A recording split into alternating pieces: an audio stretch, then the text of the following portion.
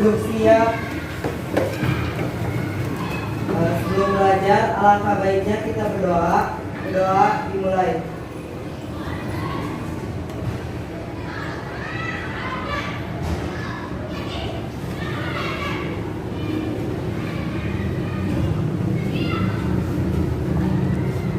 Doa selesai.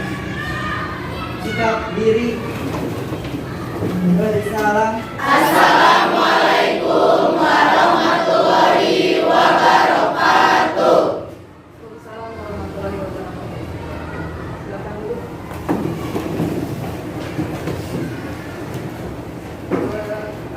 Ibu absen dulu ya. Mutiara, Nabila, Nanda, Nuri.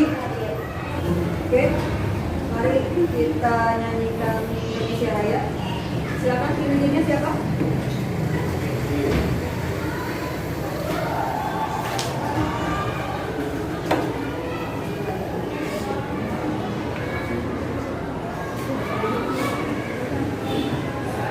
Sikap diri.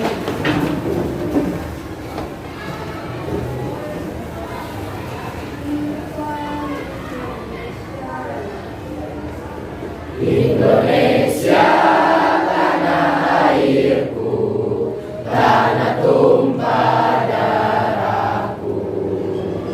Di sanalah aku berdiri, jadi pandu ibuku. Indonesia kebangsaanku, bangsa dan tanah airku. Marilah kita berseru, Indonesia bersatu. Hiduplah tanahku, hiduplah negeriku, bangsaku, rakyatku semuanya. Bangunlah jiwanya, bangunlah badannya, untuk Indonesia Raya. Indonesia Raya, merdeka, merdeka, tanahku, negeriku yang ku cinta. Indonesia Raya, merdeka, merdeka, hiduplah Indonesia Raya. Indonesia Raya, merdeka, merdeka, tanahku, negeriku yang ku cinta. Indonesia Raya, merdeka, merdeka, hiduplah Indonesia Raya. Terima kasih.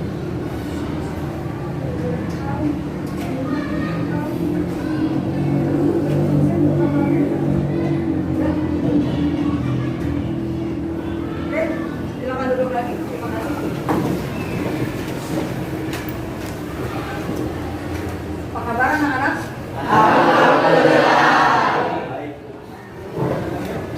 Oke, hari ini kita akan belajar materi yang baru, tapi Ibu akan mengingatkan pelajaran yang sebelumnya, pelajaran minggu lalu. Pelajaran minggu lalu tentang apa ya? Tentang dan kewajiban. kepala negara, apa yang kewajiban, kedua, kewajiban negara. Siapa yang masih ingat pelajaran minggu lalu? Siapa? Siapa tadi itu? Ya, silakan.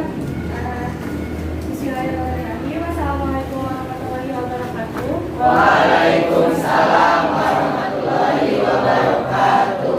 Jadi untuk minggu kemarin kita mempelajari tentang upaya penegakan hak asasi manusia, di mana apresiasi kita sebagai masyarakat untuk menegakkan hak asasi manusia yang pertama adalah mentaati peraturan, yang kedua yaitu saling toleransi, yang ketiga menghargai hak orang lain. Dan yang terakhir, melaporkan apabila ada kasus pelanggaran hak asasi manusia. Sekian, terima kasih. Assalamualaikum warahmatullahi wabarakatuh. Waalaikumsalam warahmatullahi wabarakatuh. Oke, nah seperti biasa setiap setelah resepsi ibu mengingat pelajaran yang baru, ibu selalu mengingatkan kalian untuk selalu membaca atau melihat pemberitaan-pemberitaan baik di televisi maupun di media sosial. Sekarang ini Auch Input Mode. apa saja yang sedang trending? Ibu, Ya, pembunuhan Brigadir J. pembunuhan Brigadir J. Terus apa lagi? Ya, Rektor Unila atau Universitas Lampung diduga ditangkap karena dugaan kasus suap terhadap mahasiswa baru. oke. Dugaan korupsi kasus suap rektor dari sebuah universitas di Lampung. Ya. Nah, menurut kalian apa sih yang terjadi, Fred? Apa sih yang terjadi dengan Brigadir J? Kasusnya seperti apa sih? Pembunuhan. Oke. Kalau yang di Lampung gimana? Jadi rektor Unilanya itu menerima suapan untuk menerima calon mahasiswa baru. Oke, ya. Nah, kasus-kasus tersebut merupakan kasus-kasus pelanggaran hukum. Nah, ini berkaitan sekali dengan materi yang akan kita bahas hari ini, yaitu tentang hakikat, perlindungan, dan penegakan hukum. Pada kali ini kita akan membahas tentang konsep-konsep perlindungan dan penegakan hukum dan apa sih pentingnya perlindungan dan penegakan hukum itu bagi kehidupan kita sehari-hari. Yang bisa mengungkapkan pendapat dari Simanjuntak.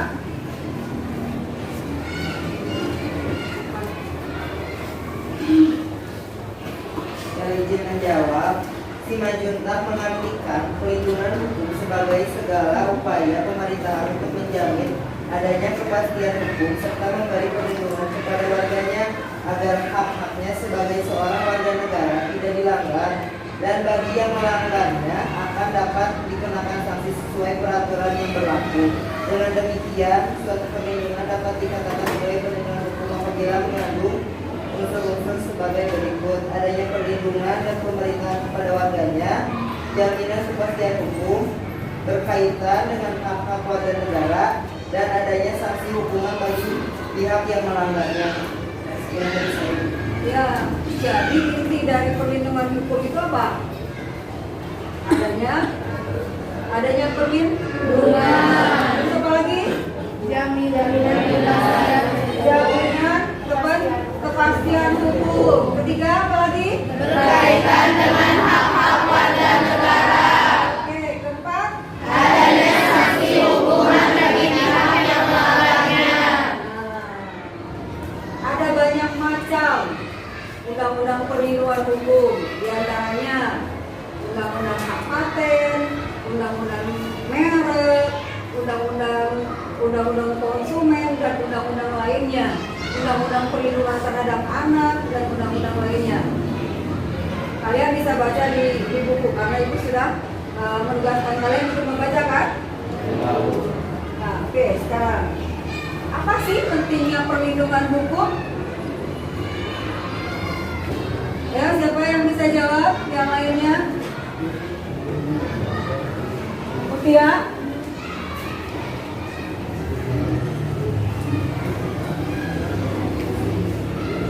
Ya.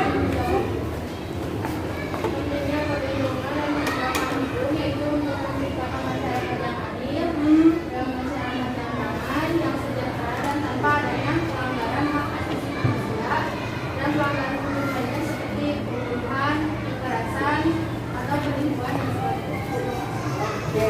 Sekarang nih, apa nih pentingnya Din? Untuk tegaknya supremasi hukum. Selanjutnya apa lagi? Oke, pada kesempatan kali ini kita akan melakukan diskusi. Ada beberapa kasus pelanggaran yang akan kita bahas, ya. Pada saat ini kita akan belajar. Pertama, kalian akan diberikan kelompok sudah ada, ya. Setelah itu, Ibu akan berikan beberapa kasus. Kalian memilih kasusnya, ada 5 kasus. Karena di sini ada 5 kelompok, ada 5 kasus. Kalian pilih kasusnya. Selanjutnya kalian diskusikan dalam kelompok kalian. Setelah kasusnya didiskusikan, maka akan dipresentasikan. Kalau bisa kalian membuat poster mengenai kasus-kasus yang kalian bahas dalam kelompok kalian. Misalkan kasus kalian ada yang membahas kasus korupsi, poster yang bertentangan dengan korupsi atau melawan korupsi. Nah, selanjutnya setelah kalian bahas dalam kelompok kalian, hasil dari diskusi kalian itu kita presentasikan di kelas ini. Setelah dipresentasikannya adalah dengan cara kelompok 1 mempresentasikannya. Saya kasih waktu 10 menit untuk presentasi. Kemudian kelompok 2 mengajukan pertanyaan pada kelompok 1. Demikian seterusnya. Kelompok 2 presentasi, kelompok 3 yang mengajukan pertanyaan. Nah, setelah semuanya presentasi dan bertanya, maka ada sesi menjawab. Setelah sesi menjawab, maka masing-masing kelompok itu membuat kesimpulan dari kasus-kasus yang kalian bahas dalam kelompok.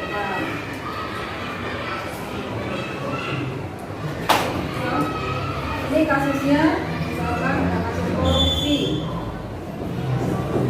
terus ada bully, terus apa lagi ya? Kekerasan pada anak, boleh.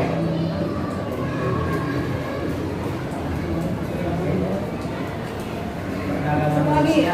Kekerasan pada wanita.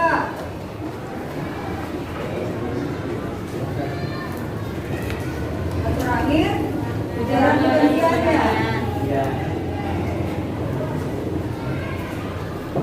Siapa yang membahas kasus korupsi? Kelompok? Oke, kelompok 1. Yang kasus bully? Kelompok 2. Oke. Kekerasan pada anak? Siapa yang bahas kekerasan pada anak? Boleh diganti. Boleh. Kelompok 2 kekerasan pada anak. Oh, kekerasan pada anak. Ya. Ini kekerasan pada anak, ya? Bully pada anak. Yang satunya lagi, pelanggaran lalu lintas yang sering kita lakukan, ya.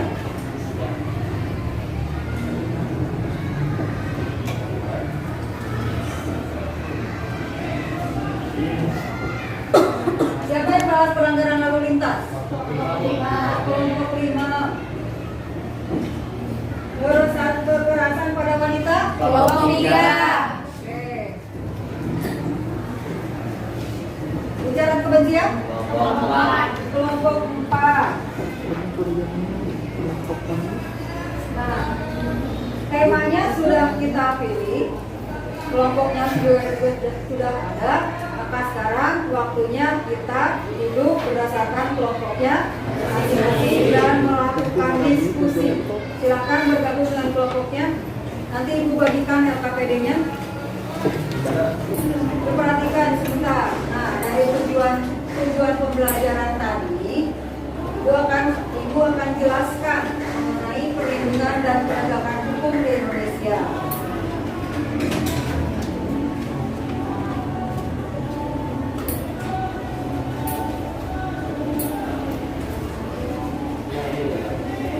Kompetensi dasar yang harus dicapai pada materi kali ini adalah mengevaluasi praktik perlindungan dan penegakan hukum untuk menjamin keadilan dan kedamaian.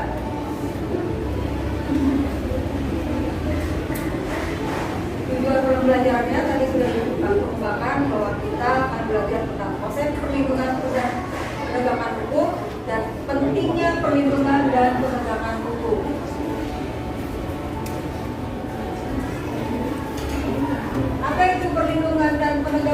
hukum.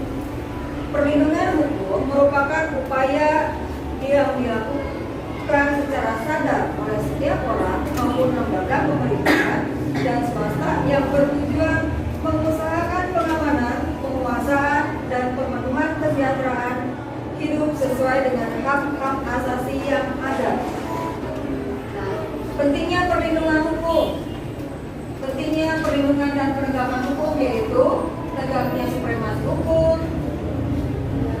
Tegaknya supremasi hukum itu adalah ketika aturan-aturan dijalankan dengan baik.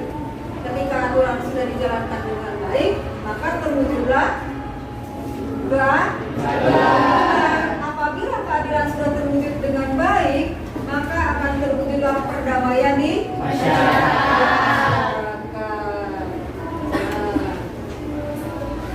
Kemudian faktor-faktor penentu keberhasilan proses perpindahan dan pencegahan penegakan hukum. Faktor penentunya adalah hukumnya. Apakah hukumnya sesuai dengan ideologi negara tersebut atau tidak? Penegak hukumnya, apakah penegak hukumnya profesional atau tidak? Masyarakatnya, apakah masyarakatnya mendukung penegakan hukum atau tidak? Terus sarana dan fasilitas yang tersedia dan budaya di masyarakat tersebut. Nah, untuk mempertegas apa yang tadi Ibu jelaskan, kita perhatikan video berikut ini.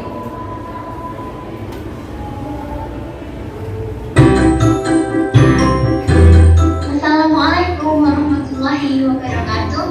Pada kesempatan kali ini saya akan membahas materi PKN kelas 12 SMA dengan materi perlindungan dan penegakan. Sekarang ini banyak sekali masyarakat yang tidak mematuhi, tidak mentaati peraturan yang ada. Mereka berbuat seenaknya sendiri. Nah, untuk mencegah terjadinya pelanggaran hukum tersebut, pemerintah itu membuat peraturan perundang-undangan dengan tujuan untuk menciptakan ketertiban, keamanan, kenyamanan, keselamatan dalam masyarakat. Nah, ini adalah gambar budaya tertib berlalu lintas. Jadi, ketaatan Anda terhadap peraturan merupakan bentuk kesadaran dalam penegakan hukum. Jadi, bagi kalian yang sudah merasa mematuhi, menaati peraturan, jadi kalian itu sudah memiliki kesadaran dalam ilmu penegakan hukum yang ada. Nah, selanjutnya adalah perlindungan hukum itu ada dua, yaitu preventif dan represif. Kalau preventif itu adalah perlindungan hukum yang diberikan oleh pemerintah dalam tujuan untuk mencegah sebelum terjadinya pelanggaran. Jadi, dibuat peraturan perundang-undangan dengan maksud mencegah pelanggaran serta memberikan rambu-rambu atau batasan. Sedangkan perlindungan hukum represif itu adalah perlindungan akhir berupa sanksi seperti denda, penjara, dan hukuman tambahan yang diberikan apabila terjadi sengketa atau telah dilakukan pelanggaran. Jadi di sini kalau preventif itu adalah perlindungan yang diberikan sebelum terjadi pelanggaran, maka dibuat peraturan. Kalau represif itu perlindungan setelah terjadi pelanggaran, maka diberikan sanksi seperti denda, penjara, seperti itu. Nah, di sini perlindungan hukum itu adalah pemberian bantuan untuk memberikan rasa aman kepada saksi atau korban melalui satu, pemberian restitusi. Restitusi ini adalah ganti kerugian yang diberikan kepada korban atau keluarganya oleh pelaku atau pihak ketiga. Yang kedua adalah kompensasi. Kalau kompensasi itu ganti kerugian yang diberikan oleh negara karena pelaku itu tidak mampu memberikan ganti rugi sepenuhnya yang menjadi tanggung jawabnya. Terus yang ketiga adalah pelayanan medis. Yang keempat adalah bantuan hukum. Ini berupa bantuan pengacara atau sahabat. Semuanya ini itu bersifat preventif maupun bagi tulisan. Nah, upaya ini itu guna memberikan keadilan, ketertiban, kepastian, manfaat, dan demikian.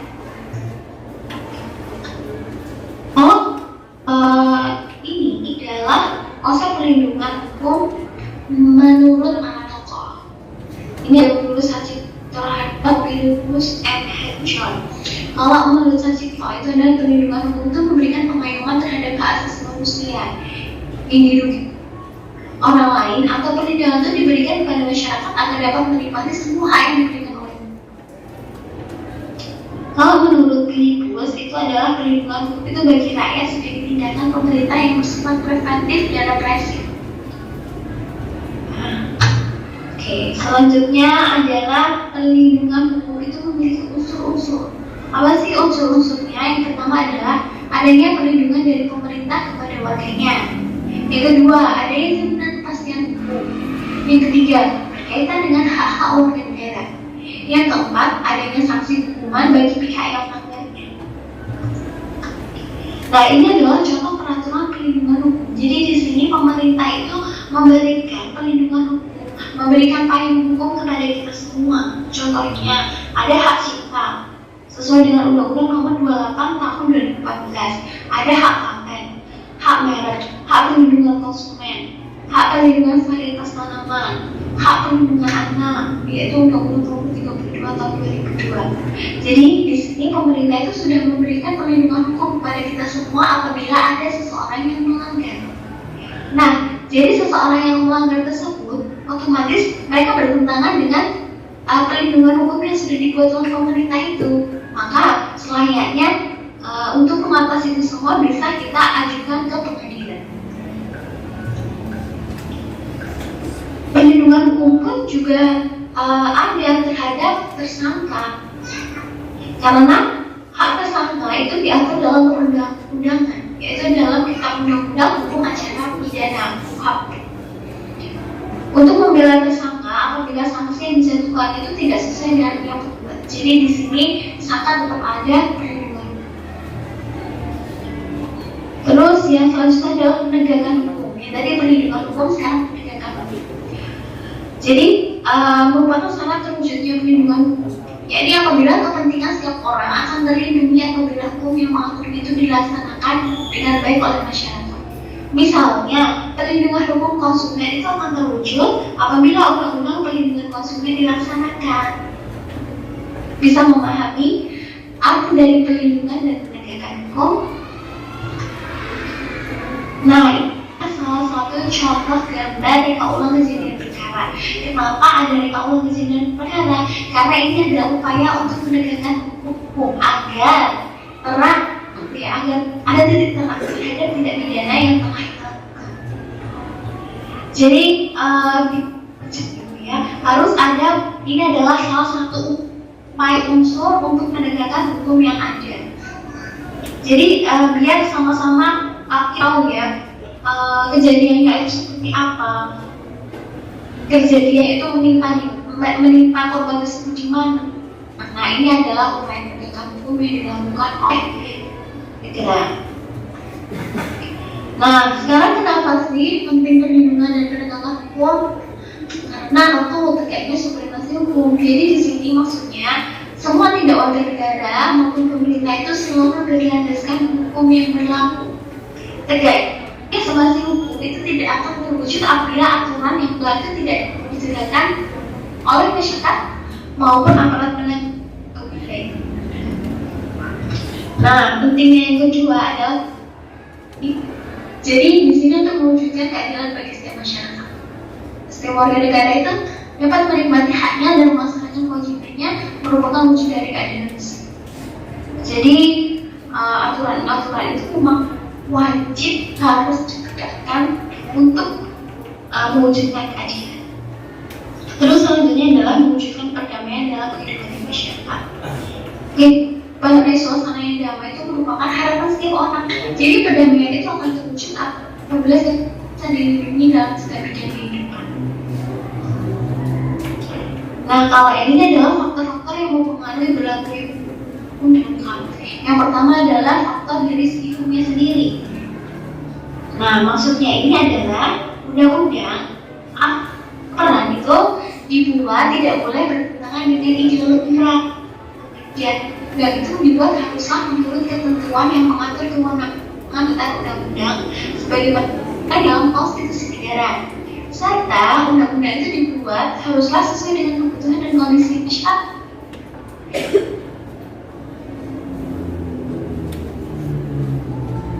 Mana undang-undang tersebut ditetapkan. Jadi tetap tidak boleh bertentangan bertentangan dengan kehidupan negara. Faktor selanjutnya adalah penegak hukum. Maksudnya di sini contohnya adalah polisi. Nah, di sini menargetkan ya ketika membuat keamanan dalam masyarakat.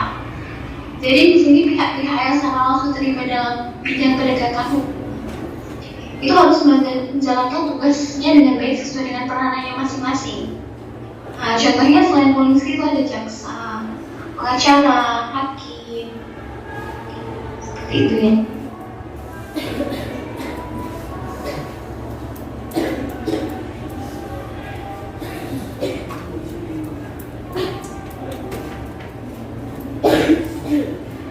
Perjalanannya, KPK menangani berbagai perkara yang dilakukan dengan tangan-tangan, yaitu pasal-pasal suap, itu nanti tergantung dari hasil proses penyidikan dari pemeriksaan sejumlah saksi, gitu.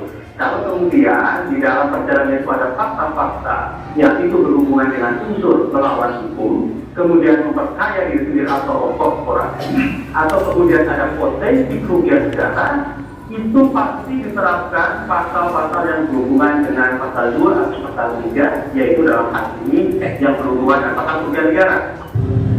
Menurut Direktur Pusat Kajian Anti Korupsi (UGM) Oce Matil, fakta KPK menetapkan pasal suap dalam kasus korupsi dan bansos untuk saat ini adalah hal yang tepat.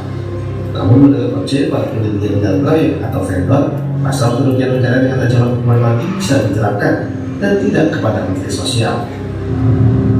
Ya, tentu saja karena konstruksinya adalah ada pemberian hadiah atau janji dari pihak swasta kepada Pak Menteri, maka ini tentu memenuhi unsur tindak pidana suap yang ada di pasal 12, 11 atau pasal 5 itu. Sehingga untuk sementara menurut saya memang pasal suap adalah pasal yang paling logis untuk dituduhkan kepada pelaku-pelaku ini. Tetapi menurut saya khusus untuk mereka yang nanti menjadi penyedia di dalam proyek ini, kalau memang terbukti mereka merugikan negara, melaksanakan proyek ini dengan cara merugikan negara yang pada ujungnya merugikan masyarakat, maka justru menurut saya pada vendor dan pada penyedia inilah pasal-pasal kerugian negara itu bisa saja diterapkan, gitu ya. Untuk sementara untuk si menteri masih pasal suap. Namun, hal berbeda dibicarakan oleh pakar hukum tindak pidana pencucian uang Yeti Ganarsi. Yeti menilai ada kerugian negara dalam kasus ini. Nah, kita lihat saja dari 300.000 seharusnya 10.000 untuk menterinya. Nggak mungkin kan ini dapat dari uang vendor. Ini pasti kerugian negara. Karena yang 5 sekian triliun itu yang harusnya menjadi hak masyarakat, jumlahnya berapapun pasti berkurang. Hukum haruslah ditegakkan seadil-adilnya tanpa pandang bulu. Hukuman maksimal bagi pelaku korupsi diharapkan bisa menjadi efek jerah. Publik pun masih menanti hukuman apa yang pantas diberi bagi mereka yang berani korupsi di tengah kesulitan dan kesusahan rakyat di masa pandemi. Tim Liputan Kompas TV.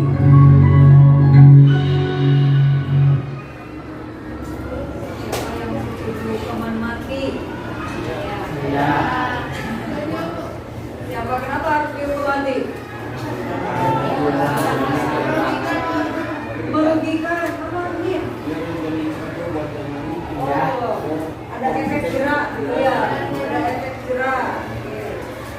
Tapi masalahnya di negara kita tidak ada hukuman mati.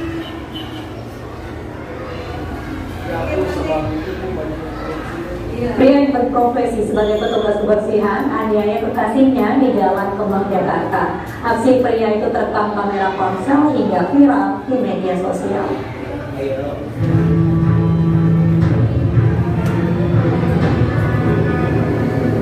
Video amatir merekam aksi seorang pria yang merupakan petugas PKSU sedang menganiaya seorang perempuan. Korban adalah kekasih pelaku dengan profesi yang sama, yaitu sebagai petugas kebersihan. Usai viral di media sosial, pelaku langsung dijemput personil TNI untuk pemeriksaan di kantor Kelurahan Langka, Jakarta Selatan. Pihak kelurahan menyatakan pelaku menganiaya korban akibat cemburu. Ya, ini juga dari informasi bahwa itu dengan matinya menganiaya pacarnya yang berstatus PPSU juga di kelurahan. Pak pemikirannya harusnya dari menurut pengakuan catatan pengakuan intinya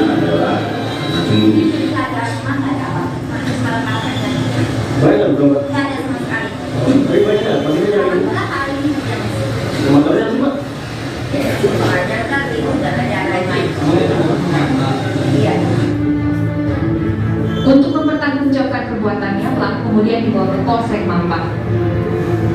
Dari Jakarta, Helmi Sanjapati, iNews melaporkan. Ternyata ini selama 2 tahun terakhir ini ada lebih dari 9.000 kasus, di mana dengan dominasi adalah pengendara sepeda motor dengan sebanyak 8.950 kasus di sini, lalu dilanjutkan dengan pengendara kendaraan roda 4 ataupun mobil dengan 625 kasus, lalu truk 328 kasus, dan terakhir adalah 35 kasus bagi bus. Memang bus itu sangat kecil sekali di sini. Walaupun begitu, memang perlu Anda ketahui bahwa dalam Pasal 281 Undang-Undang Lalu Lintas ini mengatakan bahwa pengendara arus ataupun para pelanggar lalu lintas ini akan dikenakan sanksi, baik itu berupa hukuman penjara selama 4 bulan dan juga hukuman ataupun denda dengan maksimal 1 juta rupiah. Tetapi ternyata tidak hanya bagi pelanggaran pengendara motor yang tidak memiliki SIM saja. Mungkin Anda, saya yakin Anda pernah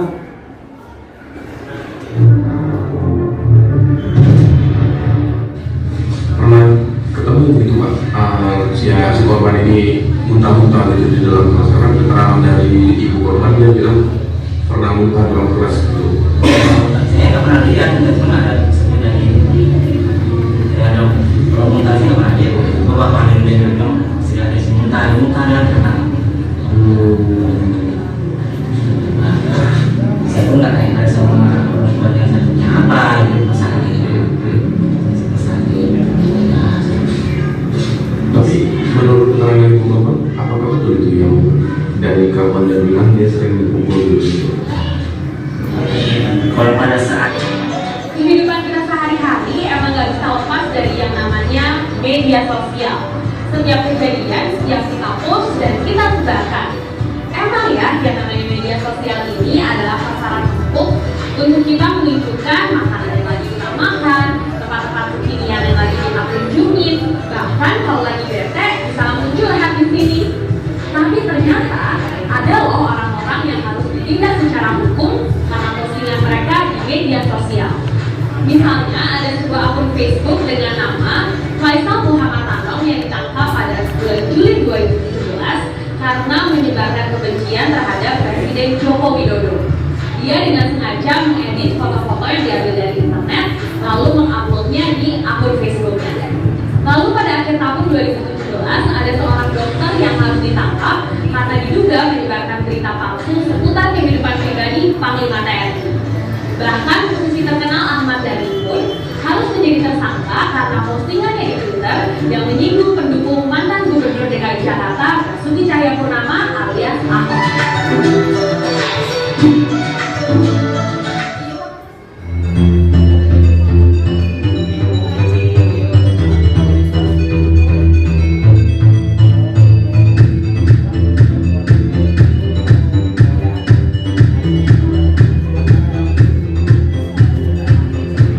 Hate speech atau ujaran kebencian juga menimbulkan kontroversi baru. Banyak yang berpendapat kalau media sosial harusnya menjadi tempat di mana semua orang boleh mengutarakan pendapat mereka. Jadi sah-sah aja kok kalau mereka mau memiliki kebebasan berpendapat. Tapi kita nggak bisa lepas dari hukum yang berlaku di Indonesia. Dan untuk kasus ini udah ada undang-undang yang mengaturnya.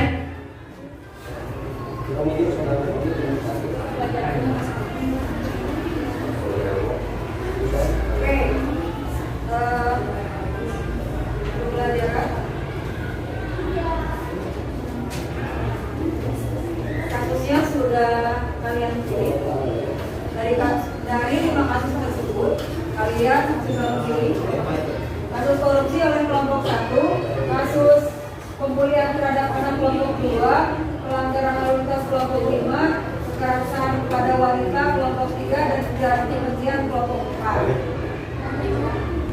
Sekarang kalian mulai diskusi.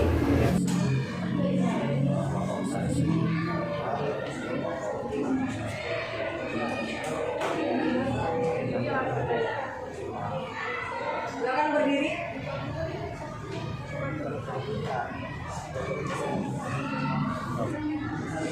Assalamualaikum warahmatullahi wabarakatuh. Waalaikumsalam warahmatullahi wabarakatuh.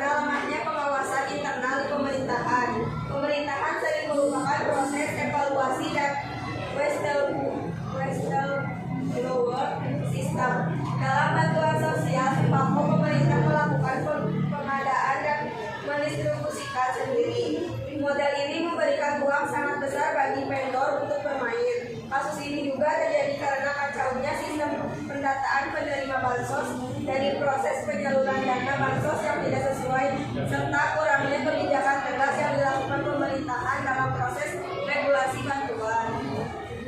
Berikan alternatif solusi memecah masalah dari kasus tersebut. 1. Dengan melakukan sinkronasi dan pemadaan data dengan NIK dan di Kementerian Dalam Negeri. Hal ini dilakukan untuk memastikan kelepatan sasaran penyaluran bansos. 2. Dengan memperbaiki mekanisme dalam penyaluran bantuan sosial yang SPT, yaitu program keluarga harapan atau PKH, bantuan pangan non tunai atau BPNT atau sembako, dan bantuan sosial tunai atau BST disalurkan melalui mekanisme non tunai. 3. Dengan melibatkan dukungan teknologi berbasis digital, menyiapkan aplikasi yang meningkatkan layanan kepada penerima manfaat sekaligus menjadi alat kontrol efektif dalam penggunaan bantuan sosial. Dari alternatif solusi tersebut, menurut kalian mana solusi yang paling tepat? Solusi yang paling tepat yaitu dengan melakukan sinkronasi dan pemadaan data dengan NIK di Kementerian Dalam Negeri karena untuk memastikan ketepatan sasaran kepada penyaluran bansos. Apakah arti pentingnya perlindungan dan penegakan hukum? Begitu penting perlindungan dan penegakan hukum dilaksanakan untuk menciptakan kondisi yang adil dan tertib, sehingga di masyarakat tercipta kondisi supermati hukum, tegaknya keadilan dalam masyarakat dan menjadi masyarakat yang tertib. Silakan kelompok 2 ajukan pertanyaan. Bertanya, pasal berapa yang dilanggar oleh Oke, satu lagi. dapatkah biaya produksi dapat bisa diukur dan untuk apa orang tersebut melakukan produksi bansos? Terima kasih. Assalamualaikum warahmatullahi wabarakatuh. Saya di sini perwakilan dari kelompok 2 untuk mempresentasikan hasil diskusi kami, yaitu meneliti kasus tentang korban bullying meninggal dunia usai dianiaya gerakan di sekolah. Apa penyebab dari kasus tersebut?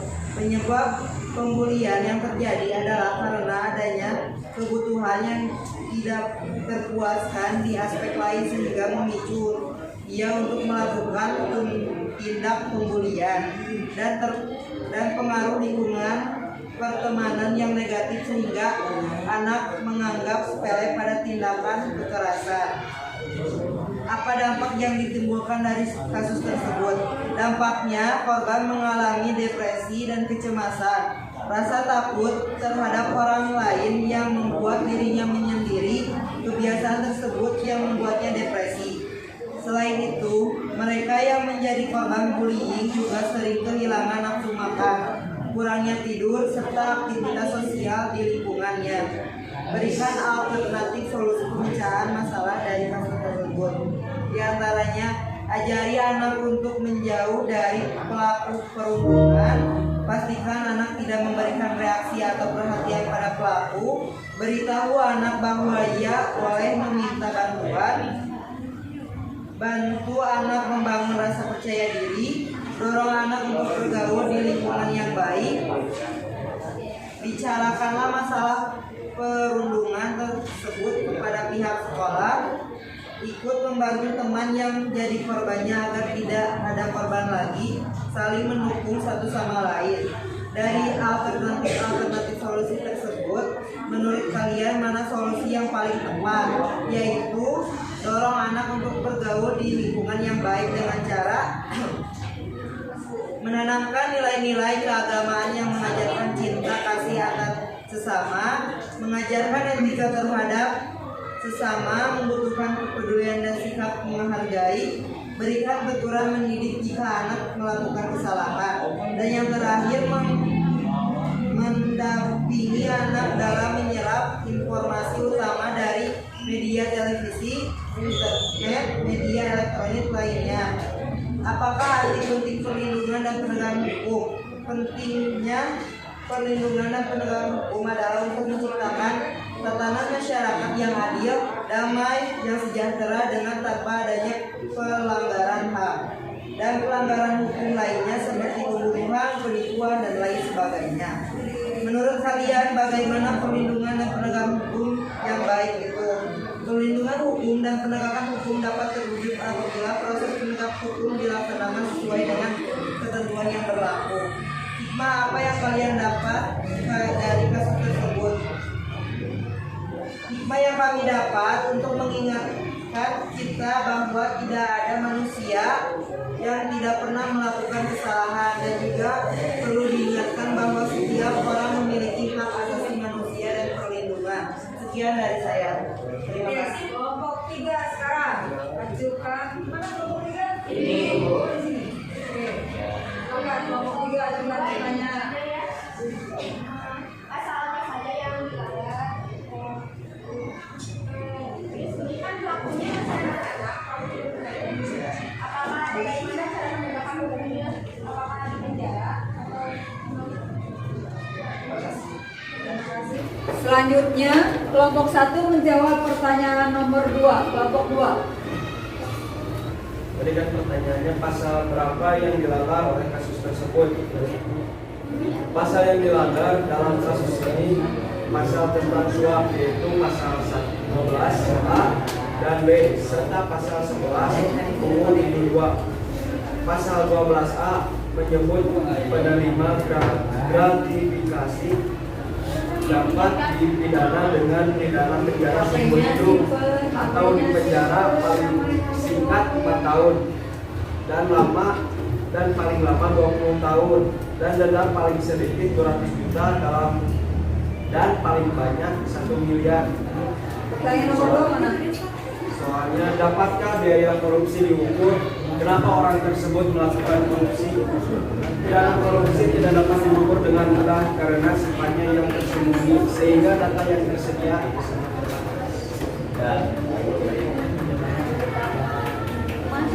Halo?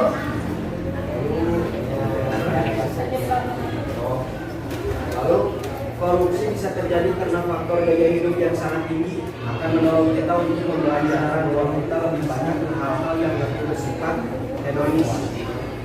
Selain itu, faktor pendorongnya juga karena perasaan tamak dan berkuasa, ingin terus mendapatkan kekayaan dengan cara korupsi. Oke, ada sangkalan atau mungkin gimana? Ada yang disangkal atau ada yang mempertanyakan lagi dari kelompok 2? Cukup?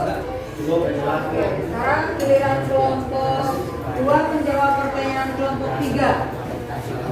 Kelompok 3. Izinkan saya untuk menjawab pertanyaan dari kelompok 3 dengan bertanya pasal apa yang dilanggar oleh kasus tersebut, yaitu pasal 80 Undang-Undang Nomor 23 Tahun 2002 tentang Perlindungan Anak yang berbunyi, setiap orang melakukan kekejaman, kekerasan atau ancaman kekerasan atau penganiayaan terhadap anak dengan bagaimana hukuman bagi anak yang merundung. Bagi anak yang merundung akan dikenakan pidana dengan pidana penjara paling lama 3 tahun selama paling lama 3 sampai 6 tahun, denda paling banyak 72 juta. Oke, ya semuanya Jelas? Ya. terima kasih. Jelas.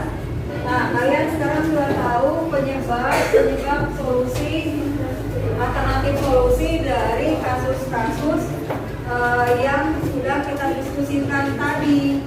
Nah, dari materi ini apa yang bisa kita simpulkan? Oke, untuk mengecek konsentrasi kalian, Ibu akan mengecek konsentrasi kalian dengan ini ya. Nah, yang ini yang apa? Yang tidak bisa konsentrasi, dia yang menyimpulkan pelajaran hari ini. Oke? Kalau Ibu bilang 1, prok. Ya. Ibu bilang 2, tangannya. Ya. Kemudian kalau Ibu bilang 3,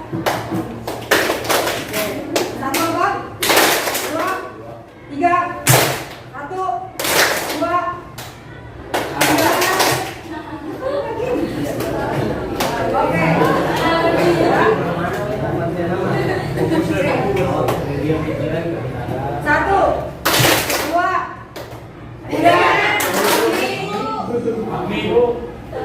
Oke, Pak Ali. Satu lagi ya, satu orang lagi ya. Ini yang menyimpulkan. Satu, tiga. Yo, siapa?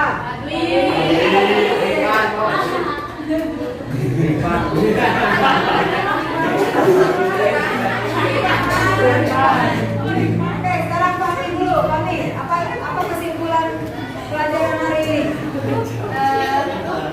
Jadi kesimpulan pelajaran hari ini yaitu pentingnya menegakkan perlindungan hukum adalah untuk yang pertama untuk supremasi hukum, yang kedua untuk tegaknya keadilan, dan yang terakhir adalah untuk mewujudkan perdamaian.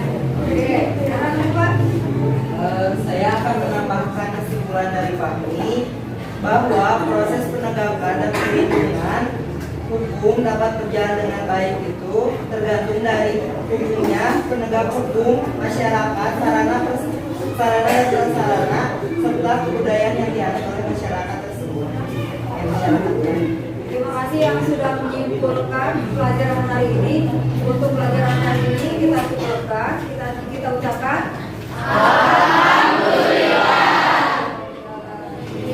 untuk minggu depan kita akan membahas tentang peran lembaga-lembaga penegak hukum. Minggu depan kalian membawa karton, spidol warna, dan kertas warna karena kita akan membuat mind mapping. Nanti kalian cari tahu sendiri bagaimana cara membuat mind mapping di YouTube. Ya. Nanti Ibu akan berikan tugas di grup tugas PKR. Kelompok 1 mendapatkan tugas apa? Sekarang saja Ibu kasih ya. Kelompok 1 mendapatkan tugas tentang peran kepolisian. Silakan ditulis. Kelompok 2 mendapatkan tugas tentang kejaksaan, peran kejaksaan. Kelompok 3 mendapatkan tugas tentang peran hakim dalam kekuasaan kehakiman. Kelompok 4 mendapatkan tugas dari peran advokat, dan kelompok 5 mendapatkan tugas peran KPK. Oke, demikian. Ibu ucapkan terima kasih. Assalamualaikum warahmatullahi wabarakatuh.